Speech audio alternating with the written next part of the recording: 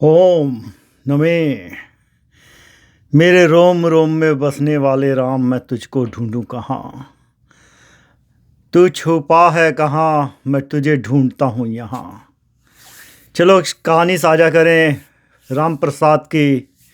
क्या हुआ उनके साथ। राम प्रसाद धर्म के धरोहर थे, कट्टर। उन्होंने उच्च कुल में जन्म लिया। विरासत ज्योति धर्म की शिक्षा की उन्हें बचपन से ही मिली। पूरे नगर में उनकी तूती बोलती थी कि राम प्रसाद जैसे जो है अखंड धर्म के सत्य पे चलने वाले।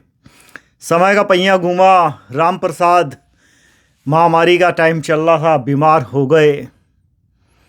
अब राम प्रसाद जब बीमार हुए तो बीमारी थोड़ी छुआछूत वाली थी। राम प्रसाद के जो साथी संगी थे, धीरे धीरे उन्होंने उसका साथ छोड़ा। राम प्रसाद की हालत खराब होने लगी। राम प्रसाद के पड़ोस में दूसरे जो उनके जाति के बराबर के नहीं था परिवार, वो रहता था। मियाँ बीवी बड़ी हिम्मत करके उन्होंने बच्ची को भेजा जो डॉक्टर की पढ़ाई कर रही थी। वो पहुंची, उसने कहा नमस्कार पंडित जी हैं घर पे। पंडित जी बोले अच्छा हाँ, दूर रहो घर के अंदर नहीं। वो बोली नहीं नहीं पंडित जी, मैं नहीं आ रही घर के अंदर। उस बालिका ने कहा पंडित जी आपकी तबीयत ख़राब हो गई है काफ़ी, मैं जिस हॉस्पिटल में अपनी रेजिडेंसी कर रही हूँ वहाँ पे आपको ले चलती हूँ। पंडित जी बोले नहीं नहीं, तुम लोग तो बाहर रहो, अब यहाँ नहीं आओ। हमारे अपने लोग आएंगे, वो मुझे ले जाएंगे, अच्छी जगह इलाज होगा। जब तुम तो जानते हो हम किसी और धर्म जाति के यहाँ तो पानी छूना भी हमारे लिए गुनाह है, हमारा धर्म भ्रष्ट नहीं कराओ। वो बच्ची मायूस होकर चली गई। अब अगले दिन एक दो दिन और निकल गए। फिर पड़ोस में बात हुई कि अब इनकी हालत ख़राब हो रही है, कोई आ नहीं रहा है, और इनका परिवार तो पहले ही छूट चुका था पंडित जी का। तो दूसरा धर्म का था युवक, वो पहुंचा। उसने कहा पंडित जी अगर आपकी इजाज़त हो अंदर आ जाऊं। पंडित जी बोले नहीं नहीं, तुम बाहर रहो, हमारे यहाँ दूसरे धर्म के लोगों का आना प्रवेश वर्जित है, तुम्हें पता है ना। उसने कहा इसलिए माफ़ी चाहूँगा पंडित जी, आपकी हालत देख के मुझसे रुका ना गया। मैं आपको जो हो अस्पताल भर्ती करा दूँगा, और मैं विश्वास करिए मैंने सारे दस्ताने पहने हुए हैं, कवर करा हुआ अपने आप को, मैं आपको छूऊंगा नहीं बिल्कुल भी, क्योंकि इस वक्त बाकी सपोर्ट तो कुछ मिल नहीं रही है। पंडित जी बोले मुझे अपने राम पर विश्वास है, राम आएंगे और मुझे ले जाएंगे। खैर पंडित जी ने उसे भी वापस भेज दिया। अब पंडित जी की हालत काफ़ी ख़राब होने लगी। अब पंडित जी को लगा कि अब बिल्कुल उनका जाने का जो है बड़ी क्षीण हालत थी। अब एक जो नगर वधू थी वो पहुंची। उसके जाति धर्म तो बहुत पंडित जी से अलग ही थे। उसने कहा पंडित जी माफ़ी चाहूँगी, मैंने आपके द्वार पे आ गई, मैं अभागन हूँ, मैं जानती हूँ मैं तुच्छ नारी हूँ, लेकिन आपकी ये दशा मेरे से देखी नहीं जा रही है।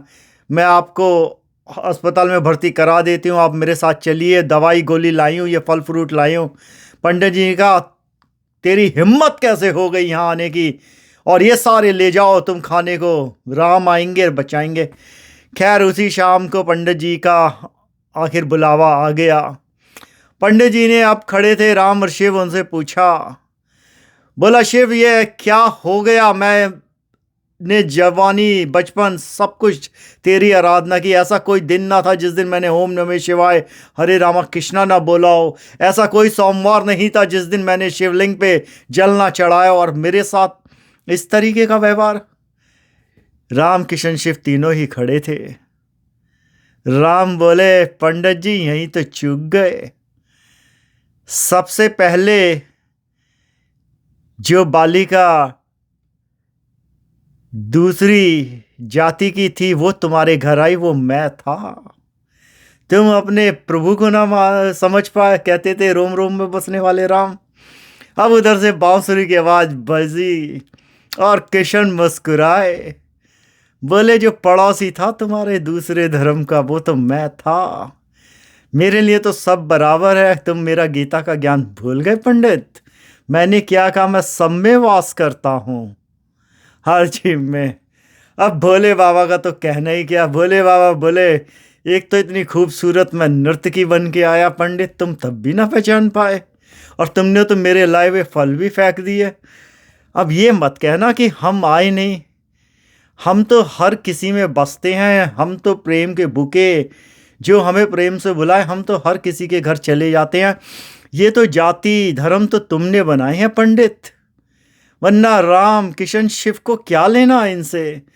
तो मॉरल ऑफ द स्टोरी ये है कि अगर आपकी परमात्मा में जब सच्ची श्रद्धा हो जाएगी, आप हर इंसान में परमात्मा देखते हैं, और जो परमात्मा है वो आपसे मिलने उस रूप में नहीं आएगा हाथ में भाला लेके, ये सब वो इंसानों के रूप में आते हैं और हमेशा आते रहते हैं।